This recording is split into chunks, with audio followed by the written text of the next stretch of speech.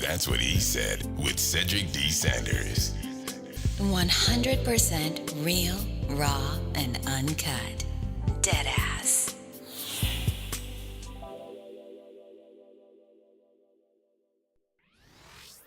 Hello, my name is Cedric, and along with my beautiful wife, Connie, we'll be hosting my brand new podcast, That's What I Said. I'm a retired Navy veteran that suffers from PTSD and anxiety, and we'll discuss how I cope with the mental illness through comedy and discussion. It's a podcast that will talk about everything from cryptocurrency to comedy.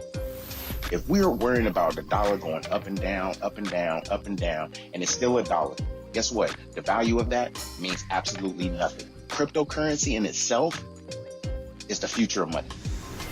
From spirituality to cannabis. To have cannabis on the Schedule 1 list is bullshit. I'm sorry, it is. It makes absolutely no sense. If it's a seed that can be planted and it has healing properties in it, why the hell is it in Schedule 1? Last time I checked, cocaine don't have healing property in it. From interracial relationships, I don't have a problem with people talking about interracial relationships. People try to talk bad about my interracial relationship just to think that they can get under my skin. I mean, really, it don't bother me.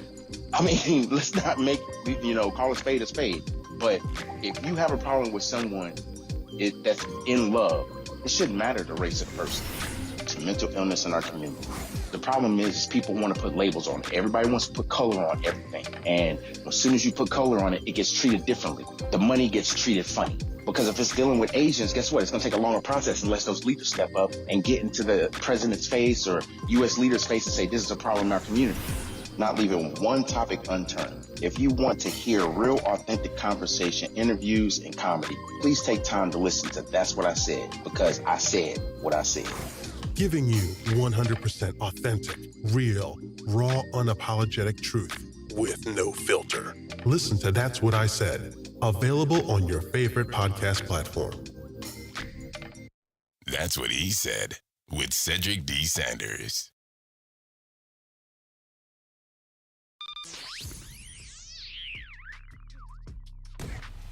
Welcome to another episode of That's What I Said with Cedric Sanders. Giving you 100% authentic, real, raw, unapologetic truth with no filters.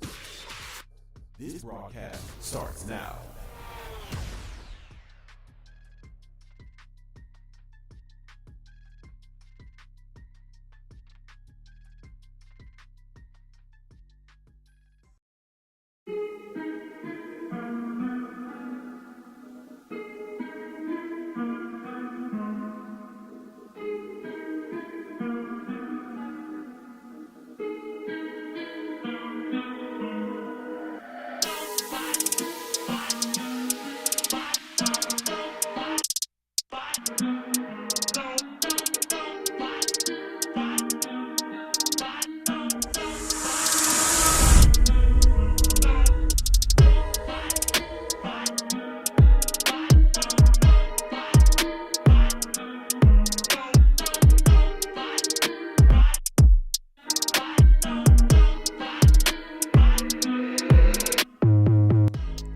What's good?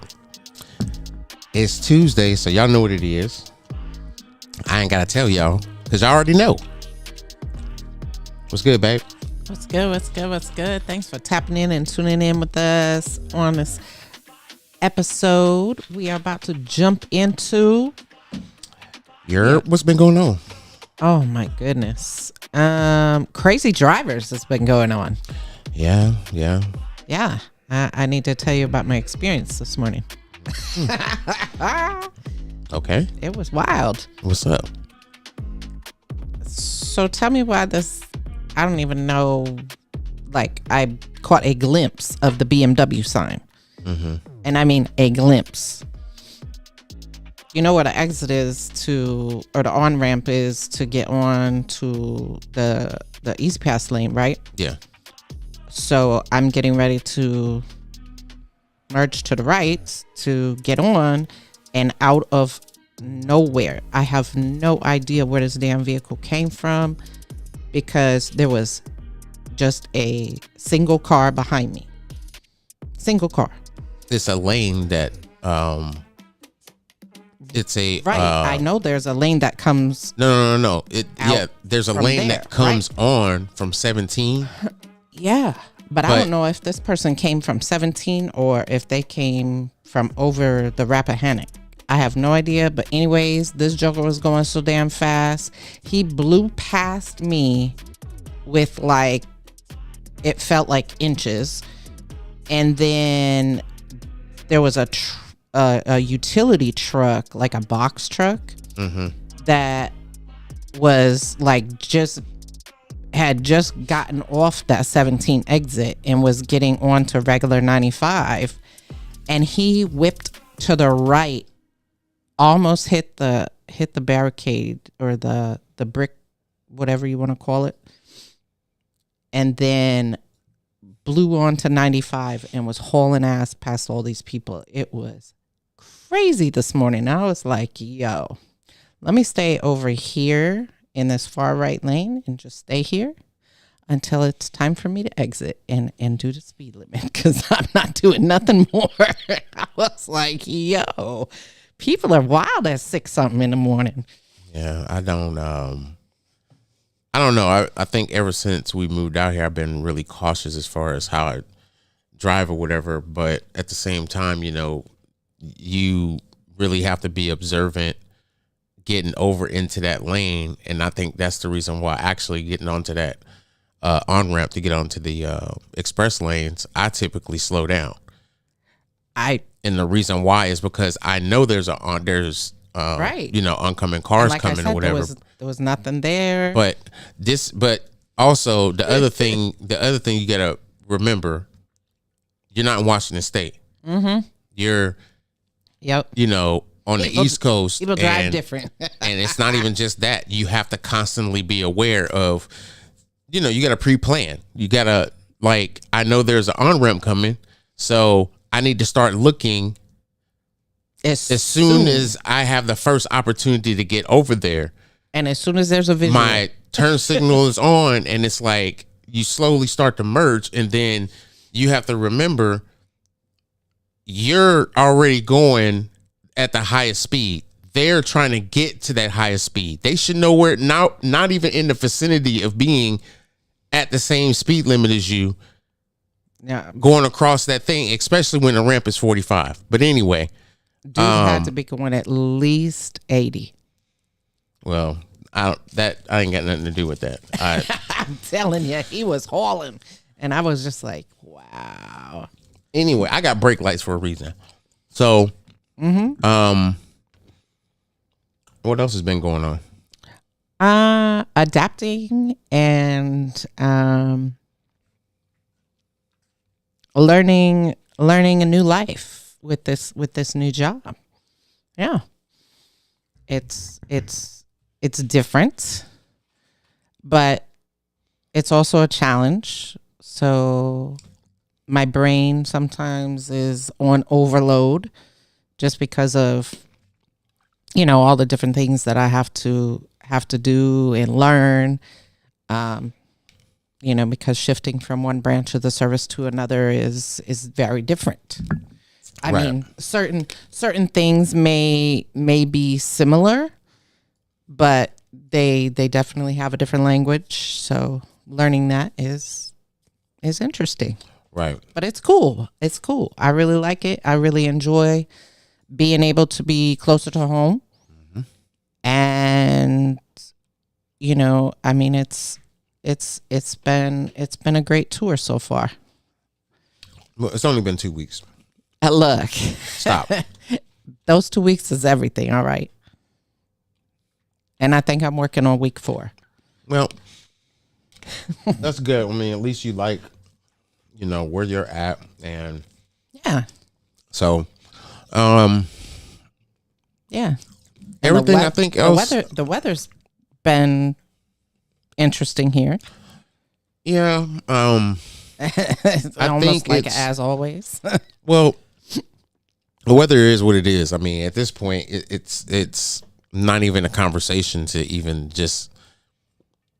It's just not. I mean, this weather is just bipolar, and that's just what it is. And I think a lot of it has to deal with, you know, El Nino, and I think a lot of it has to do with just how crazy winter went for us. Oh yeah. And then all the warming trends and stuff we had during wintertime, and times we thought we were going to get snow and it was too warm, and we're like, damn, this is the second year in a row. And then we get a snowfall and it's not even 3 inches, it's like 2 and some change, right? And they want to say this significant snowfall. Bitch, where? not like the first year we was here. No, it's like the first year we was here, we got tore out the frame. Yeah. But you listen to people, and it's like, certain people move to certain parts of the US, right?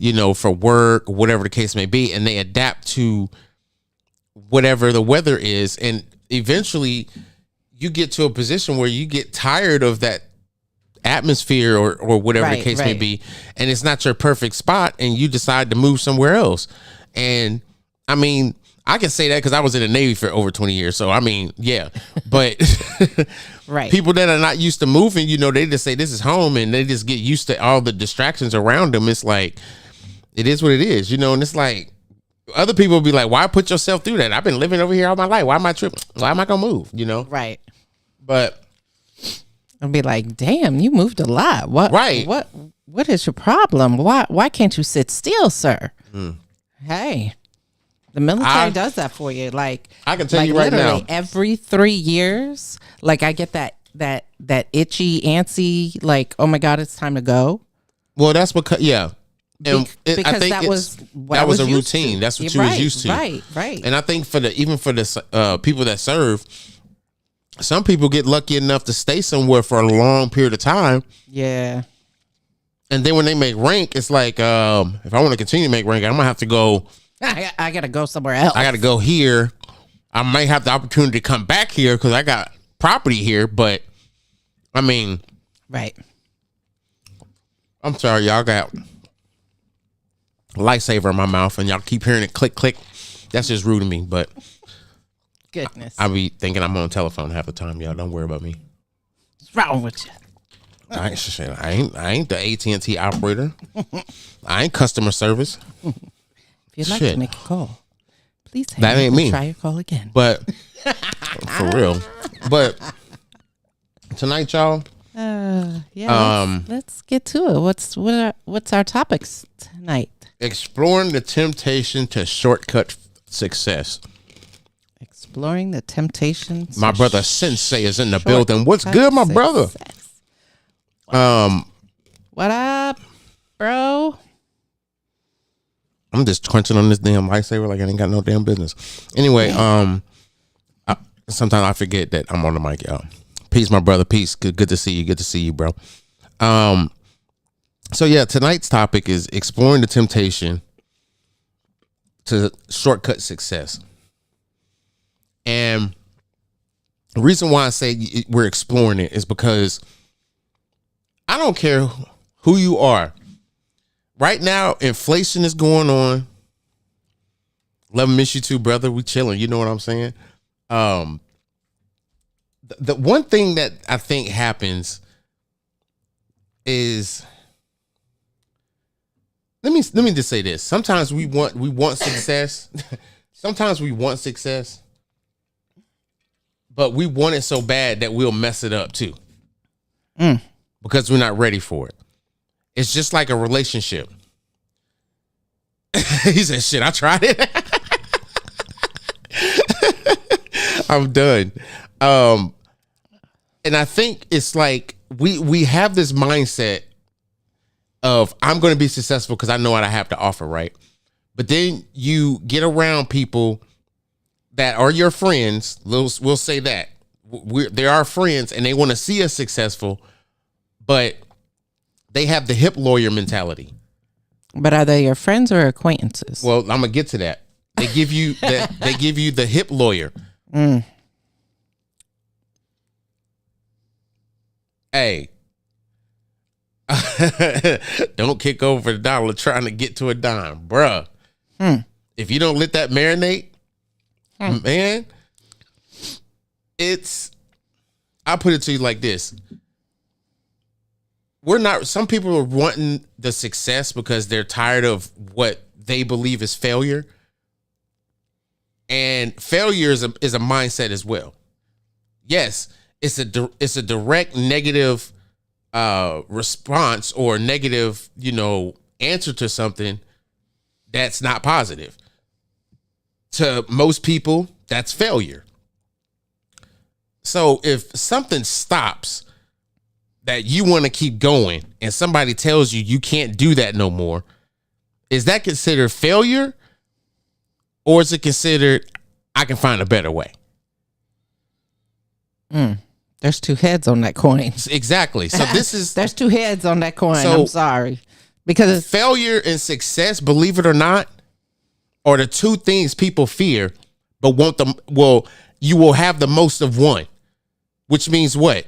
If it's not the one you want, you can always embrace the other. There's always going to be balance. Some people will try to teach you how not to fail or try to get you in a persuasion of understanding that failure is something you need to embrace. But y'all know me, because that's what I said. You cannot have the temptation to shortcut to success because you don't want to deal with failure. You're so tired of dealing with failure that you want to shortcut your way to success because that's a quicker way. That's a quicker route.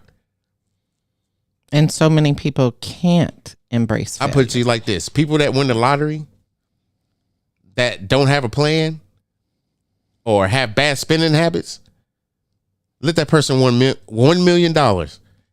If they won $1 million last year,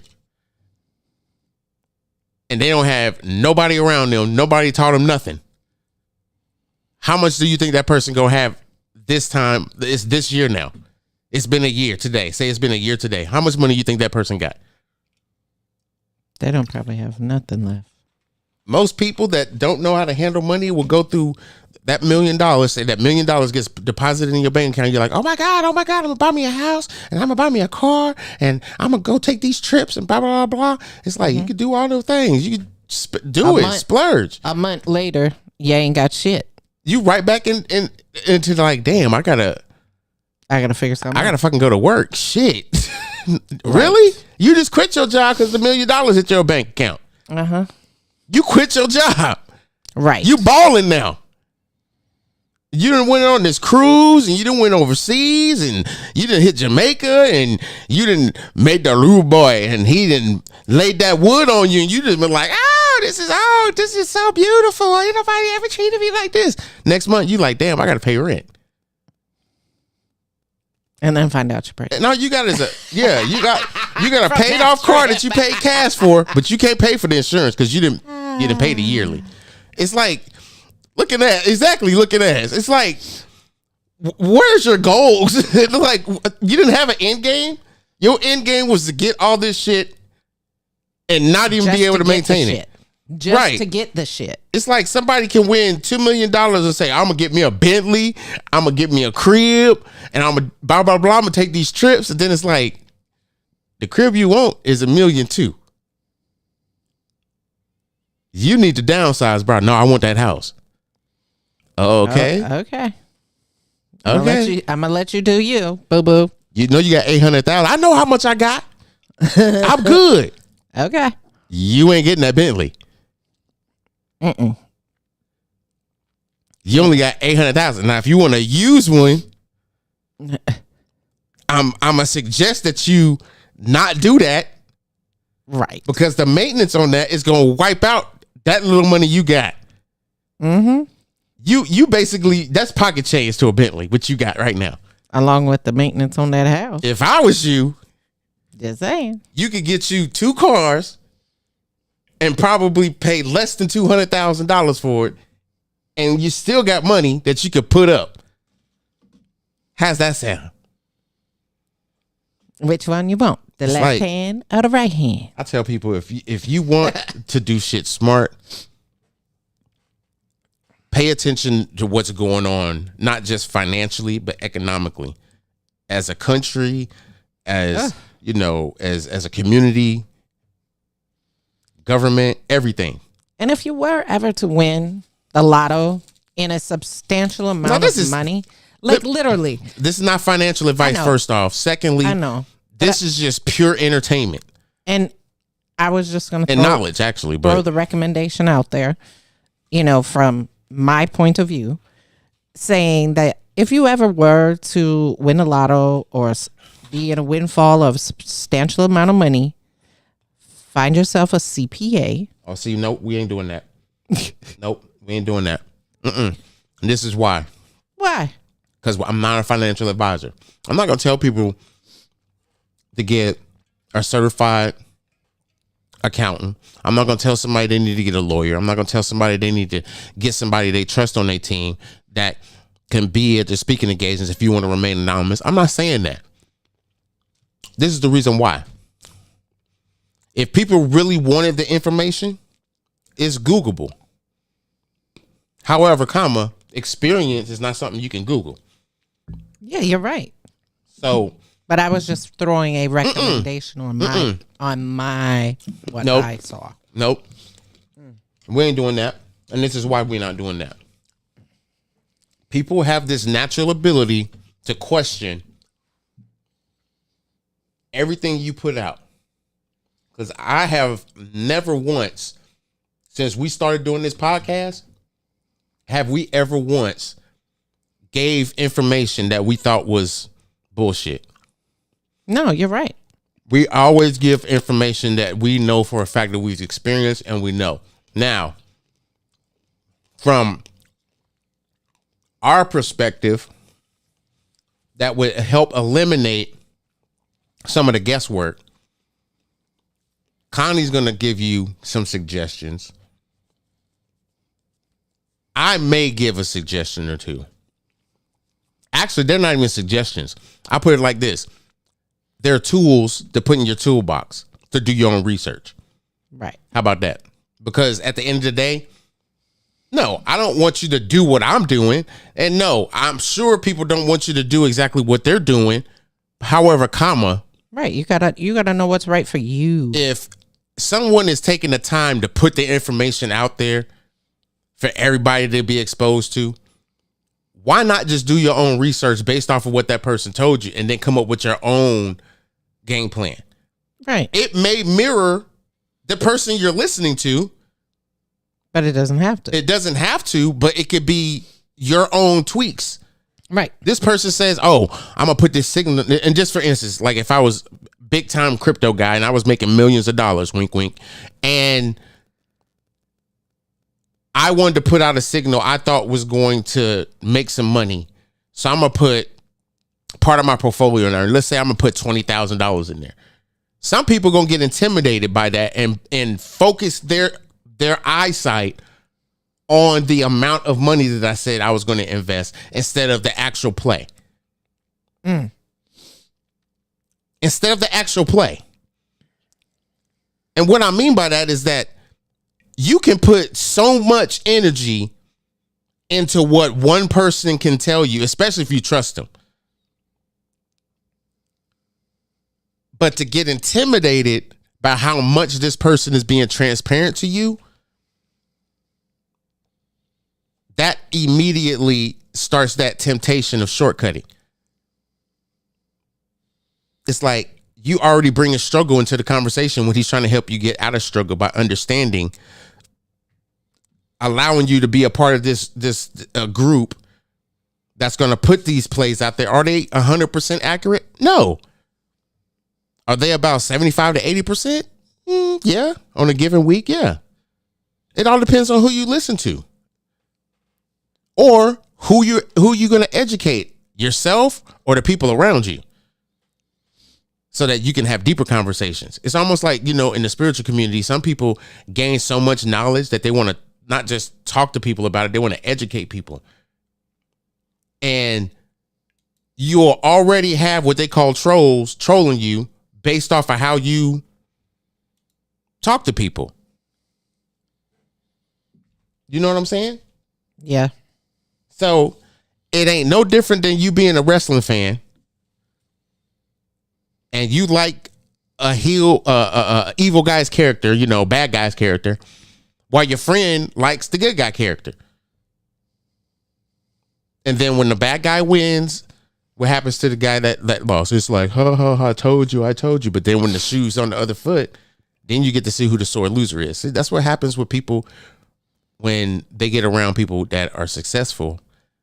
And it's not about being humble. They're people just like you and me. Yeah, they may have come across a lot more money and can do certain things all because of their hard work and their success or whatever. And people say luck or whatever. Okay, well, are you talented enough to get lucky? Stop hating. Some people's success is consistent hard work. Absolutely. Some people don't want to give that hard work a day of sleep. They're going to keep working it. They're going to overwork it. And it's not, what I had to realize is you got to mute all the haters and all the distractions. The distractions are the people that is always got something critical to say about you. And to me, that motivates me, yes. But the time, absolutely. It's like there's no race to be successful or to be financially wealthy or to be debt free. It's always a process. It's always a process. What up, bro? Thanks for tapping in, man. Yes, sir. Yes, sir. I see you in there, Stacks. I talked to Body today. He's supposed to be in here. But I don't know. I mean, I had to learn very early that you don't necessarily plan when a whole bunch of money is going to hit your bank account or, okay, I see you, Body. We don't plan to be successful. We don't plan for a lot of money to be in our bank account. It's like you already have a plan when that money is going to hit your bank account. Right. Because some people are just that financially responsible, regardless of what their tax bracket is, to where if 6 times or 10 times what they're already getting comes in their bank account, they already know what they're paying off. Right. It's not even a negotiation. It's not even about trying to put, their bills laid out. It's like this is what could get paid off. Ding, blah, blah, blah. It's like it's already a plan. It's already like on your vision board. It's like blam, blam, blam. It's like all that stuff's paid off. It's like, okay, how much we got left? Because those had to get paid off. You still got a job? I ain't quit mine. What's up? What we doing?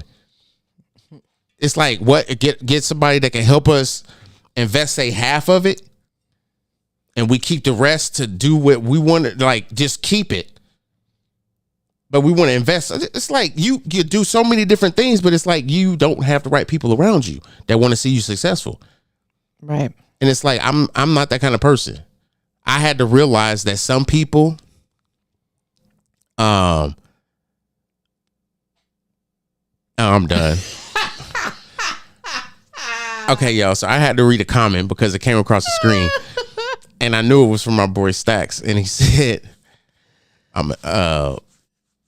anyway, never mind. Never mind. That's my boys in there having a conversation, y'all, just so y'all can warm up to it. Man, he was tied up, but it wasn't like Diddy. Anyway, wasn't by Diddy. Wow. So I think for me, I wanted to change my mindset because my mindset was completely jacked up. And then not only just change my mindset, but be a better, I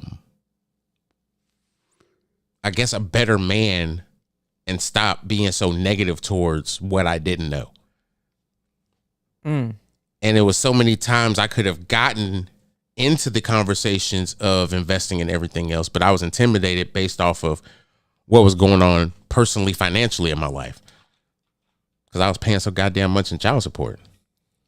I was going to say, so did you also feel intimidated because of how volatile the market was and any other, like negative things that you may have heard? Then? Right. No, I didn't care about the market. I didn't care. This is my give a damn was when I retired. and I saw how much I had my TSP and how long I had been putting in my TSP, I felt robbed. But that's for another day. I think I didn't wake up until I want to say it was 2015, 2016. Because I was starting to pay more attention to it because I had been hearing about it for like off and on for like 2-3 years. But I didn't start really paying attention to it, say around 2016, 2017, somewhere around there. Mm-hmm. And it may have been even 2015 while you're bullshitting. But anyway, going forward, I paid more attention to it then because it made sense. And I was like, okay, when you know better, you do better. Absolutely. And I think what I ended up doing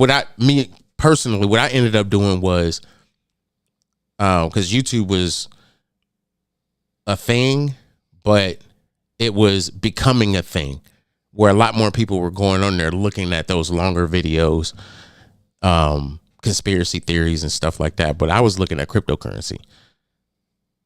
And the age of podcasting came out.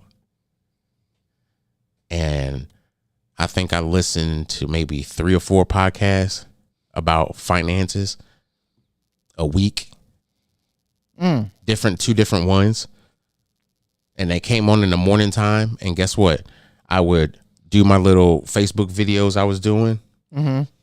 I would immediately listen to those 2 podcasts. Because at the time, one was 30 minutes and the other one was like 45. Now they increased. They do 3-hour shows now. Oh, good gracious.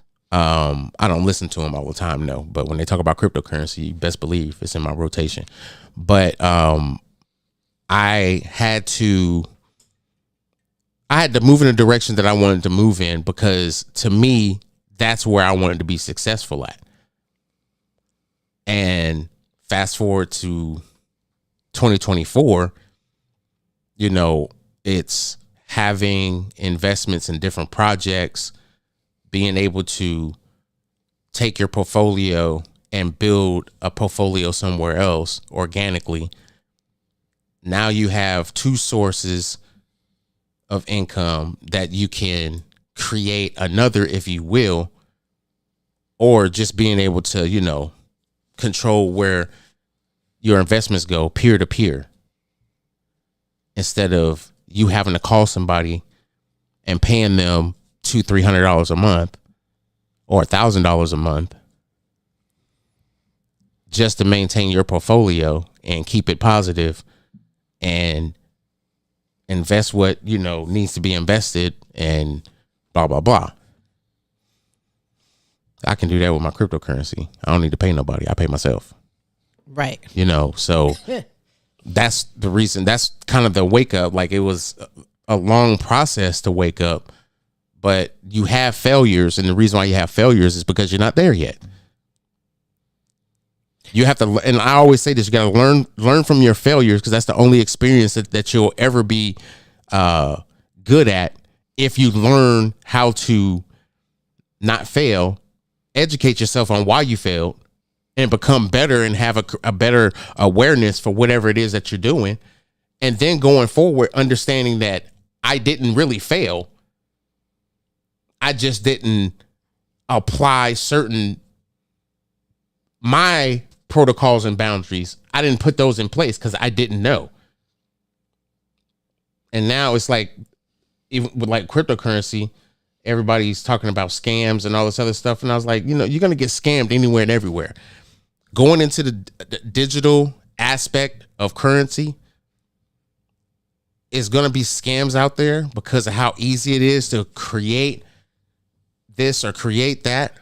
But once securities are going to be able to be in place to where you're going to have more secure wallets, you're going to have better connectivity in the blockchain, more secure. You're going to have so many different utilities that can be used on it that we do on an everyday basis, to where now people have access to being able to build wealth, build their own portfolios with the money that they've, worked hard with or for, and possibly be able to, have positive friction in a portfolio to where you're able to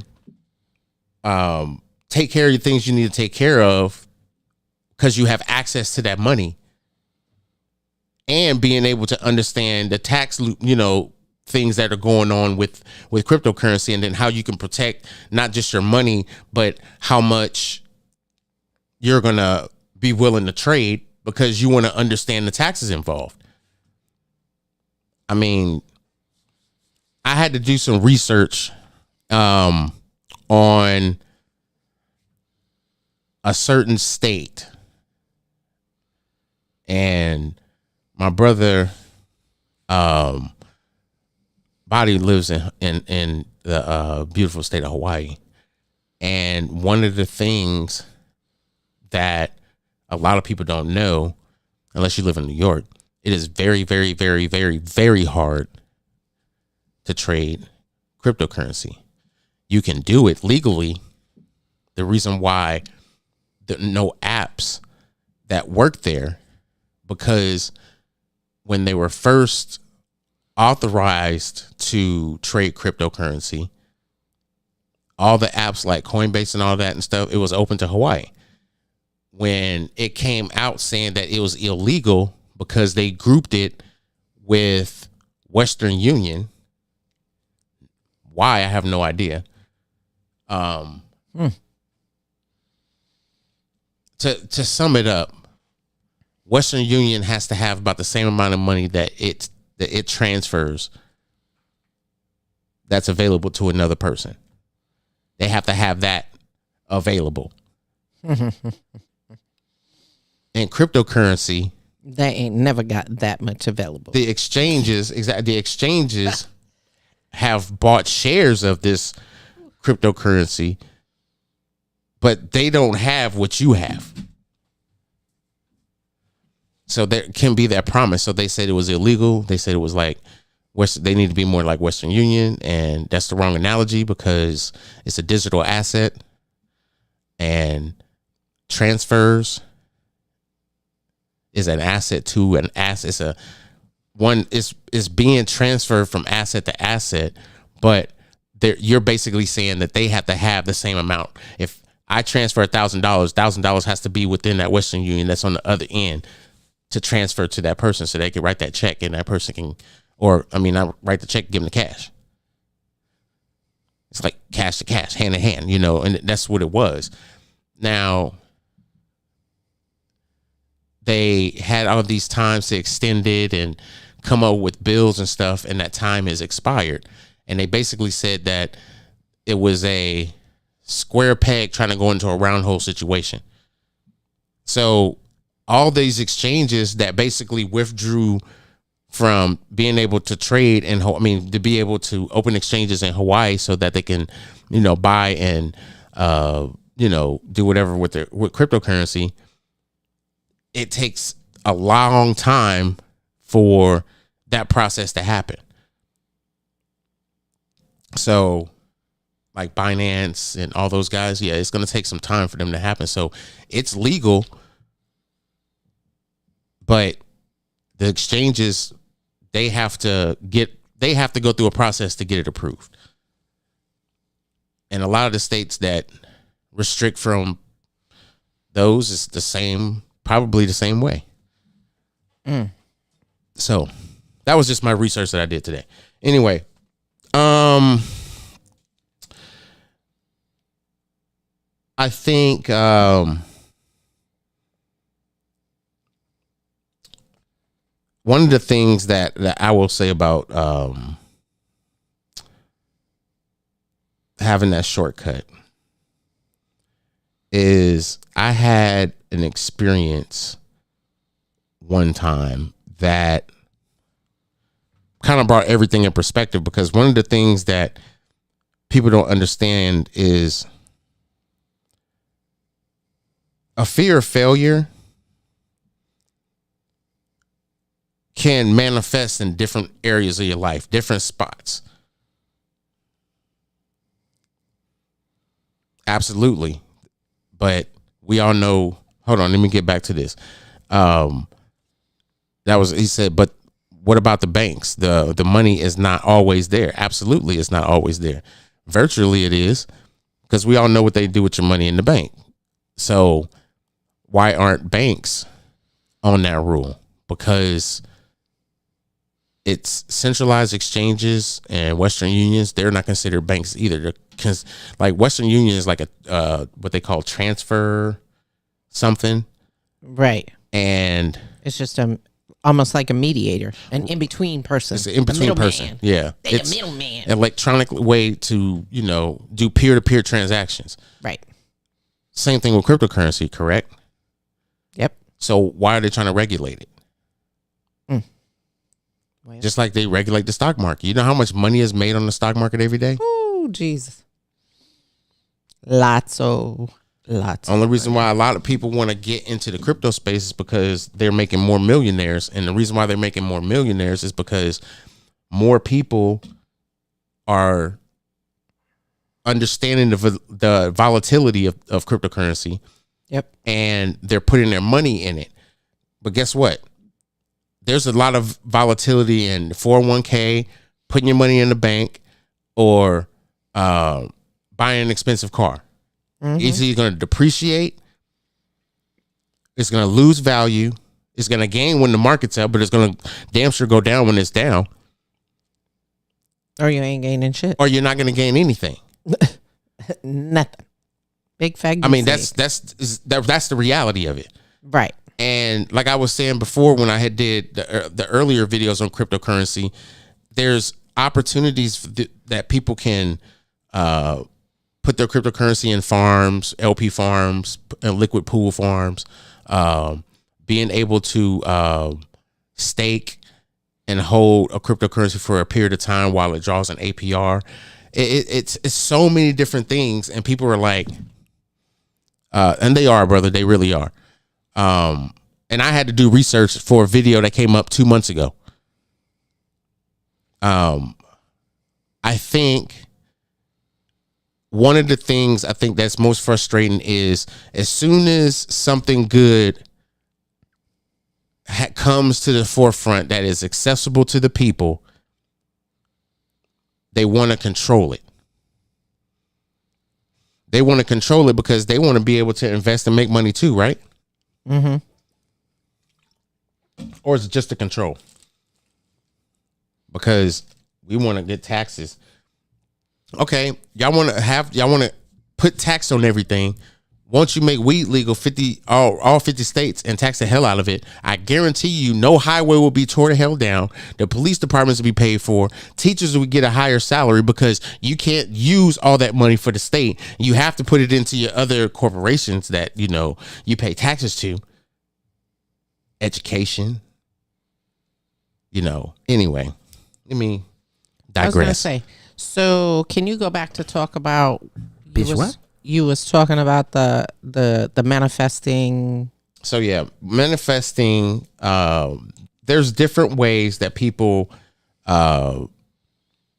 manifest their let me exactly quote it the way I want to quote it.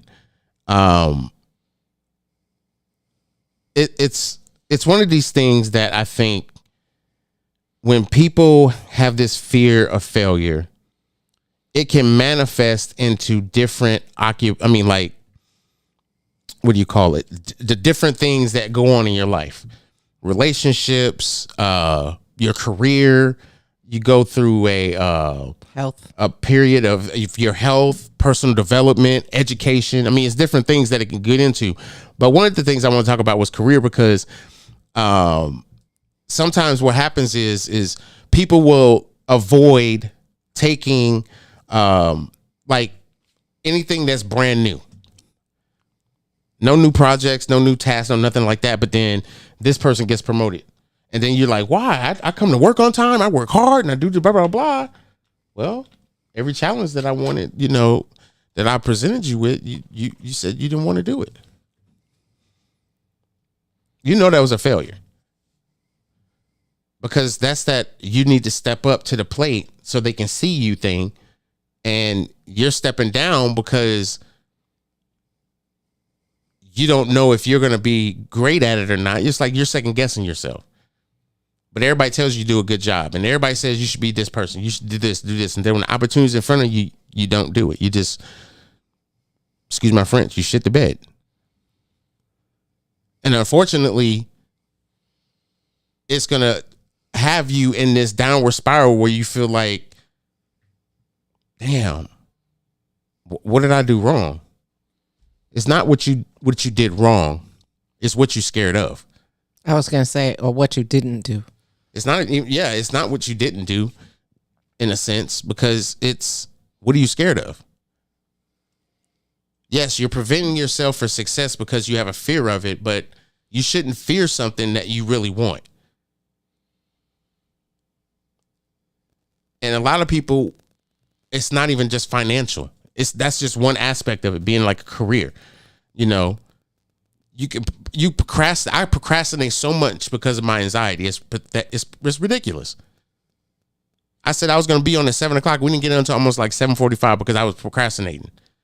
I knew what I wanted to talk about. I just didn't want it to be like too much. I knew the direction. I knew my cutoff. I knew my what do you call them? My pivot words to go to the next thing. I knew all that. I thought it was too long.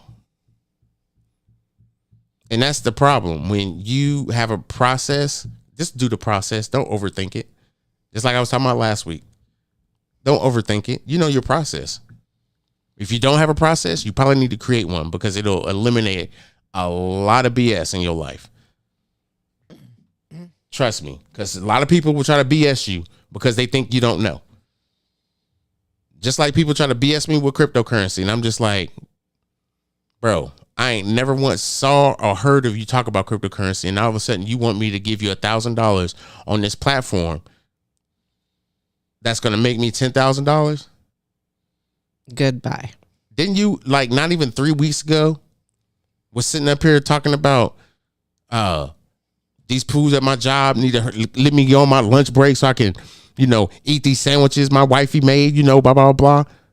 And now you sitting up here talking about $1,000 for people? Come on, bro. Don't do that. If you're going to scam people, it's like, why do it on social media? That shit, that makes absolutely no sense to me. Why are you doing it? I see you. I know who you are. Damn. It's like, good night. Are we that? I mean, I'm not trying to talk about like how people are mentally, but what I'm trying to say is, bruh, gullible people out there will, yes, feed into some BS like that. Yes, they will. But what I'm trying to tell you is what with anything that you do in life, don't have a fear, have an awareness. Be aware that there's a lot of people out there that's going to feed you BS just because of what you have accomplished or what you have and don't, and what you may have. Don't get over comfortable somewhere that you feel comfortable, that you should be comfortable in. But people are hating.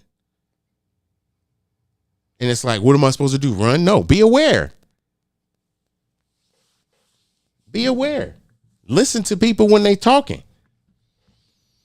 Some people don't need to be around you when success come knocking on the door. It's better for them not to know. Shit, I'm being real. It's better for some people not to know. It's better for them just to find out. Oh, damn, I ain't heard from him in a minute. Where'd he go? Psh, motherfucker bought him an island. He out, bro. What you mean bought him an island? Psh, he was done. He was like, I'm out. I'm about to buy this island and I'm going to live there for the rest of my life. He said, cancel Christmas. I'm out. It's like, right. Dang, yo, you got his number? I need to ask him something. No, he didn't give us shit. His Facebook It don't have Messenger. It just has a picture of the island. And yep, he's flipping you off if you zoom in close enough. Wow. Just saying. And it's not because of how people treat you. It's just about, there's some privacy I like to have with me and my family, regardless of all my family. Like, when you become successful, it's like you want your family taken care of. You want to help certain people. You don't want begging ass people coming up to you, and just because you got money, they feel jealous and entitled, and it's like, you need to give me this money, and if you don't, I'm gonna hurt you. It's like, bro, stop. It's like, why are you like that? Who made you mad? Like, for real. It's like, is this the mentorship that I got to do to make sure that certain people are taken care of? And not because of the fact that you shouldn't do that. It's because nobody did. You have to stop being so okay with people being messed up. Sometimes they're messed up for a reason. You got to get to the bottom source. No, I'm not saying you got to be SVU to stuff. That's not what I'm saying. All I'm saying is why are you bringing the TV show into it? All I'm saying is sometimes success is painful, because some people gonna get left behind because they jealous, and some people are gonna get left behind because they just won't. They ain't got no. What's that? What's old boy? Can't get right. They just can't get right. And it's like, what would you rather deal with? I don't want to deal with none of that shit. That's why only very few people know where I live at. And the few people that do know where I live at, they know that all they have to do is give me a call and they invite it over. Now, I have some friends that people live in the same driveway. Well, I have some friends that live here in the state, and they say I live in the country. So, right. I don't care. Anyway, I'm not going to just badger this whole conversation down, because there's like 3 or 4 or 5 other things I could talk about, and I'm not doing that. However,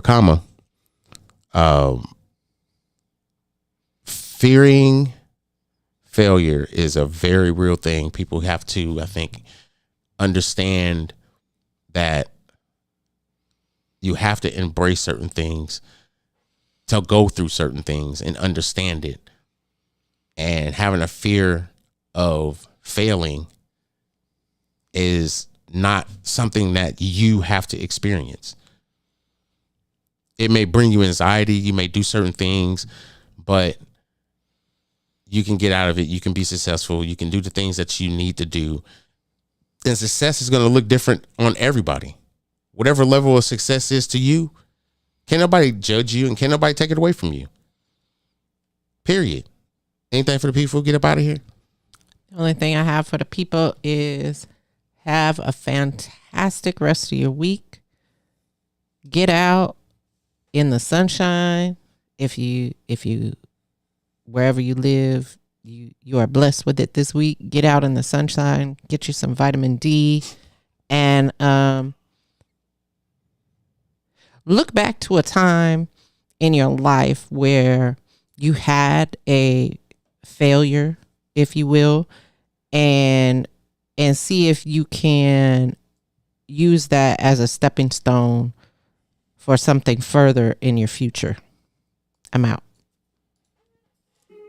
I mean, that's what's up. So I hope y'all gathered something out of that short-lived podcast. It wasn't short-lived, actually. It was about 45 minutes. But we up out of here, y'all. Same time next Tuesday. Thank y'all for teaching me how to fish. No doubt.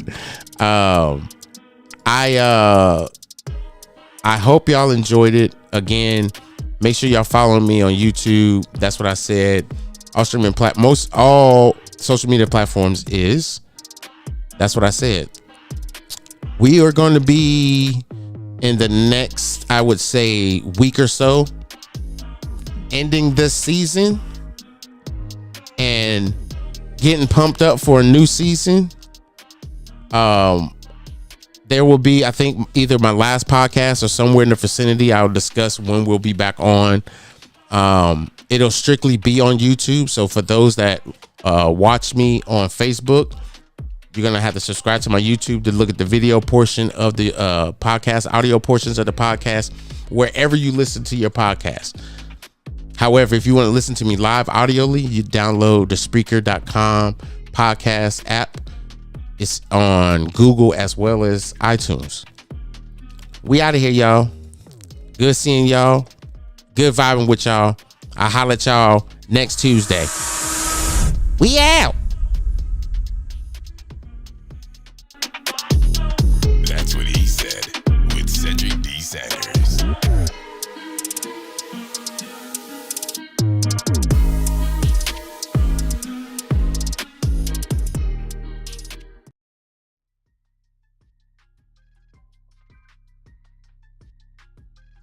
Thanks for listening to another episode of